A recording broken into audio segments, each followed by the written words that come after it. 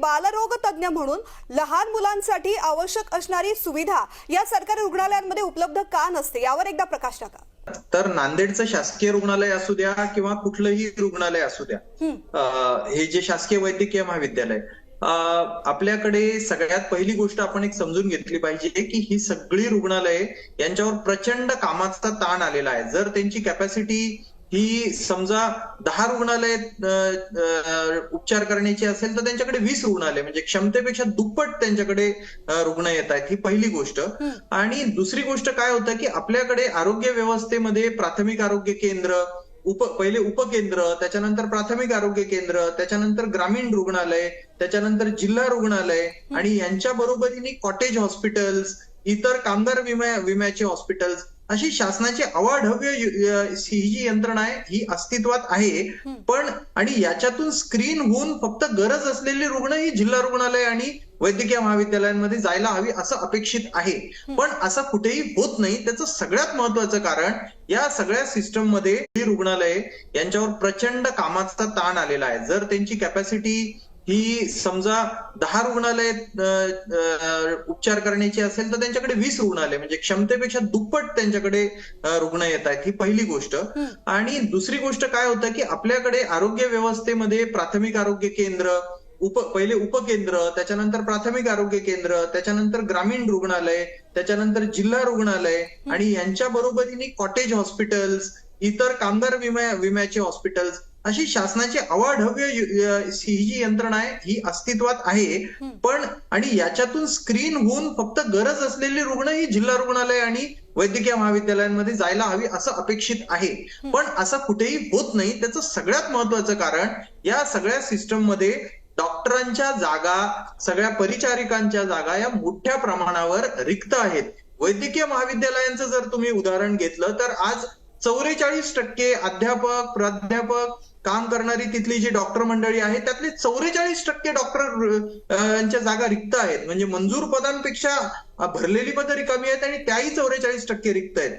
25 वैद्यकीय महाविद्यालय आपल्याकडे जे आहेत त्याच्यापैकी 11 महाविद्यालयांना आपल्याकडे पूर्ण वेळ अधिष्ठाता उपलब्ध नाही. जर सार्वजनिक आरोग्य, आणि आपल्याला हे विभाग वेगळे करता येणार नाहीत, सार्वजनिक आरोग्य विभागाचा जर विषय तुम्ही घेतला तर तिथेही जवळपास 41 संचालकांपैकी एक जर डॉक्टर असे त्याच्यावर थांबत नसतील, जागेवर त्यांच्या थांबत नसतील तर ही गोष्ट अत्यंत चूक आहे.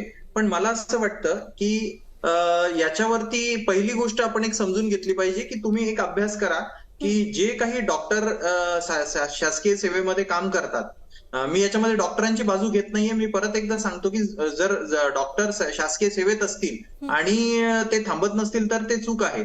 पण डॉक्टरांचे पगार हे अत्यंत तुटपुंजे आहेत. ते बऱ्याचदा उशिराने मिळतात. 2-2, 3-3 महिने डॉक्टरांचे पगार होत नाहीत. असं कित्येक वेळा झालेलं आहे. मला सांगा की जर खासगी क्षेत्रामधले डॉक्टर आहेत त्यांच्यापेक्षा 50%ही पगार, त्यांच्या मिळकती एवढी 50%ही पगार जर शासकीय सेवेमध्ये मिळत नसेल तर कुठला डॉक्टर हा शासकीय सेवेत कसा रमेल? आणि ही आपली व्यावहारिक आता अपेक्षा आपण ठेवून चालणार नाही की तरुण डॉक्टरांची पिढी आहे, त्यांनी तारुण्याची 17, 18, 20 वर्ष घालवायची आणि त्यांनी शासकीय सेवेसाठी तुटपुंजा पगारावरती स्वतःचं बलिदान देऊन काम करायचं. आता हे व्यवहार ठरणार नाही. किशोर मृत्यूचा आकडा सातत्यानं वाढतोय आणि घटनेची दखल सरकार किती गांभीर्यानं घेत नाही हे सुद्धा स्पष्ट होते. कारण आज सुद्धा बालकांचा मृत्यू झालेला आहे आणि मोठ्या प्रमाणामध्ये एक प्रकारे आरोग्य यंत्रणेवरती ताण हे स्पष्ट होत असताना सुद्धा सरकार यावरती काही जबाबदारीनं ठोस उपाययोजना करत नाही असं सुद्धा दिसतंय. वरती सरकार मुळीच गंभीर नाहीये. कारण गेल्या 24 तासात ते 48 तासात कुठली एक ठोस ऍक्शन किंवा पद भरण्यासाठीची जी प्रक्रिया आहे ही कुठेही आपल्याला दिसत नाहीये. किंवा नांदेडमध्येही नंतरही, म्हणजे 24 तासात 24 मृत्यू झाल्यानंतरही तिथे एक अतिरिक्त कुमक मागवणे किंवा सरकारची एखादी टीम येणे, मला माहित नाही, पण मला वाटतं वैद्यकीय शिक्षण मंत्री किंवा आरोग्य मंत्री किंवा त्या जिल्ह्याचे पालकमंत्री असू द्या किंवा मुख्यमंत्री असू द्या, यांनी तातडीने त्या ठिकाणी भेट देऊन तिथे भेट देणं न देणं हे ऑफिशियल गोष्टी असू द्या, पण त्याच्यावर ज्या रिकाम्या जागा आहेत, नांदेडचं जरी तुम्ही डेटा बघितला तर तिथे अनेक डॉक्टरांची पदं आज रिकामी आहेत, इन्फ्रास्ट्रक्चर कमी आहे. तुम्हाला आश्चर्य वाटेल की नांदेड शासकीय वैद्यकीय महाविद्यालयाबद्दल आपण बोलतोय, पण नांदेडचं जे सार्वजनिक तिथलं जे जिल्हा रुग्णालय आहे त्याची परिस्थिती अत्यंत गंभीर आहे. तर मला परत एकदा मी सांगतो की हा प्रश्न फक्त नांदेड, परभणी, संभाजीनगर एवढ्या पुरता मर्यादित नाहीये. इथे तुम्हाला पूर्ण आतापर्यंत गेल्या कित्येक म्हणजे जेव्हापासून आपण संयुक्त महाराष्ट्र झाला तेव्हापासून या राज्याच्या आरोग्य यंत्रणेत कुठेही ऑडिट झालेलं नाहीये. नांदेड या मेडिकल कॉलेजच्या प्रिव्हेंटिव्ह अँड सोशल मेडिसिन विभागातर्फे 6 महिन्यातर्फे याच रुग्णालयात एक सर्व्हे झाला होता जो एका जर्नलमध्ये पब्लिश झालाय. त्या सर्व्हेमध्ये असं दिसून आलं होतं की ऍव्हरेज जेव्हा या शंकरराव चव्हाण वैद्यकीय महाविद्यालयाच्या रुग्णालयामध्ये एखादा रुग्ण येतो तेव्हा त्याला डॉक्टरची भेट होण्यासाठी 1.25 तासाचा अवधी लागतो.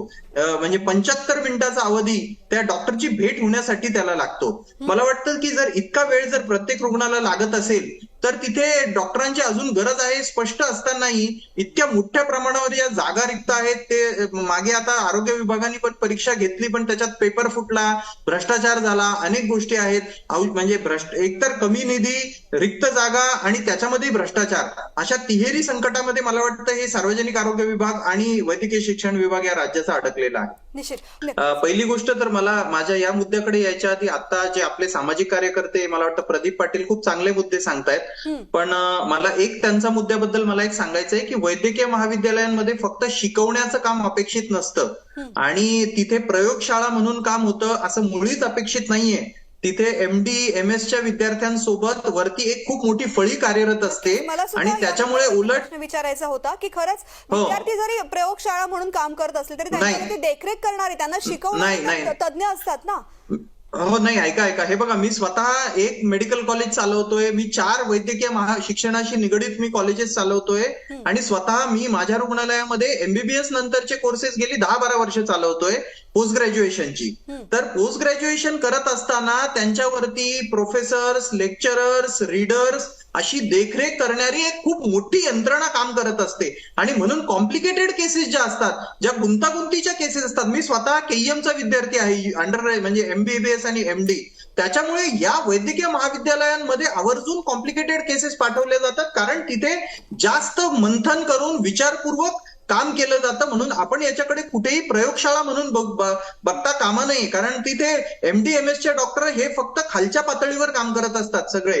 हे आपण पहिला मुद्दा. आता दुसऱ्या गोष्टीकडे मी येतो की तुम्ही एक गोष्ट समजून घ्या. आज तुम्ही न्यूज चॅनल्स एखाद्या पुढाऱ्याबरोबर एक दिवस, मंत्र्यांसोबत एक दिवस असं इलेक्शनच्या काळामध्ये जे काम करताना जे अशा प्रकारचे शो करतात, तसं मला असं वाटतं की एका मेडिकल ऑफिसर, ग्रामीण भागातल्या मेडिकल ऑफिसर सोबतचा एक दिवस असा तुम्ही आवर्जून एक कार्यक्रम न्यूज स्टेटच्या माध्यमातून करा.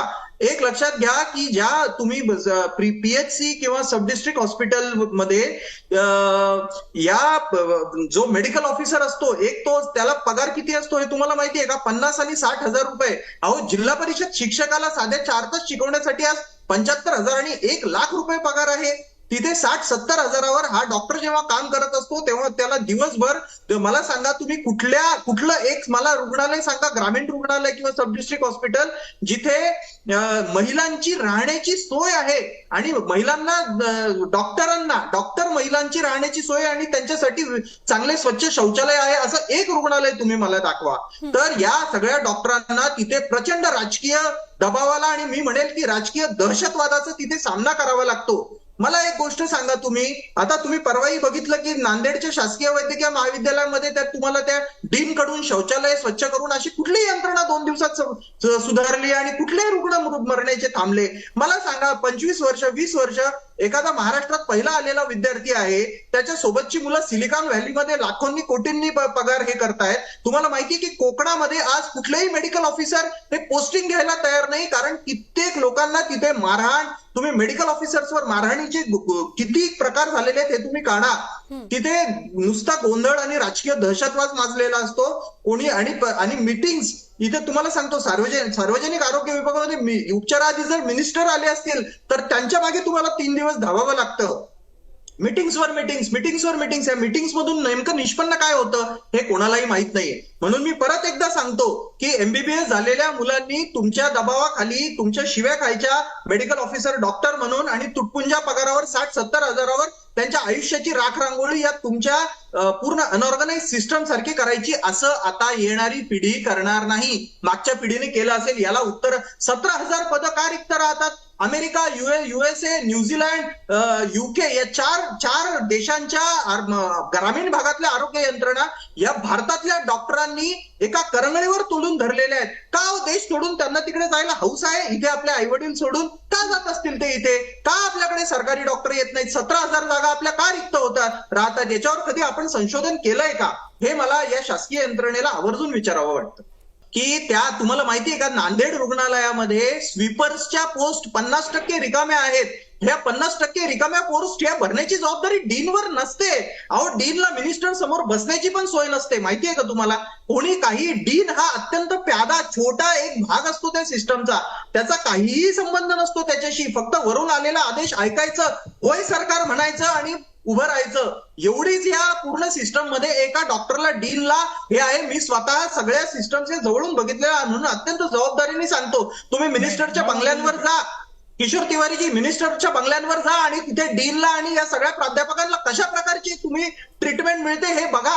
आणि त्याच्यानंतर तुम्ही आत्मसन्मान विकून, गहाण ठेवून या डॉक्टरने आयुष्याची राखरांगोळी करून घ्यावी अशी अपेक्षा ठेवणं हे अत्यंत अव्यवहार वाटतं. उपाययोजना काय करता येतील आणि जर नियुक्त केल्यानंतर भ्रष्टाचार होत असेल तर मग काय उपाय करणार?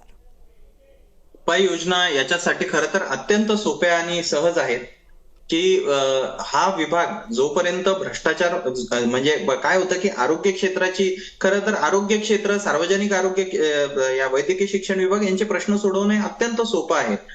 पण राजकीय इच्छाशक्ती जोपर्यंत आपल्याला दाखवता येत नाही, जोपर्यंत वरची सत्ताधाऱ्यांची सगळ्यात सर्वोच्च यंत्रणा हे ठरवत नाही की आपल्याला हे दोन विभाग, कारण हे थेट लोकांच्या जीवाशी संबंधित आहे. एक गोष्ट लक्षात घ्या की महसूल, सार्वजनिक बांधकाम किंवा इतर विभागातले भ्रष्टाचाराचं आपल्याला समर्थन करता येत नाही. पण इतर म्हणजे बदल्यांमधला किंवा याच्यातला भ्रष्टाचार झाला तर कदाचित कोणाचा जीव जात नाही. पण ह्या दोन क्षेत्रातला भ्रष्टाचार आणि इथल्या दुर्लक्षामुळे थेट सर्वसामान्यांचा जीव जातो, मृत्यूचं प्रमाण वाढतं, लहान बालकांचे जीव जातात.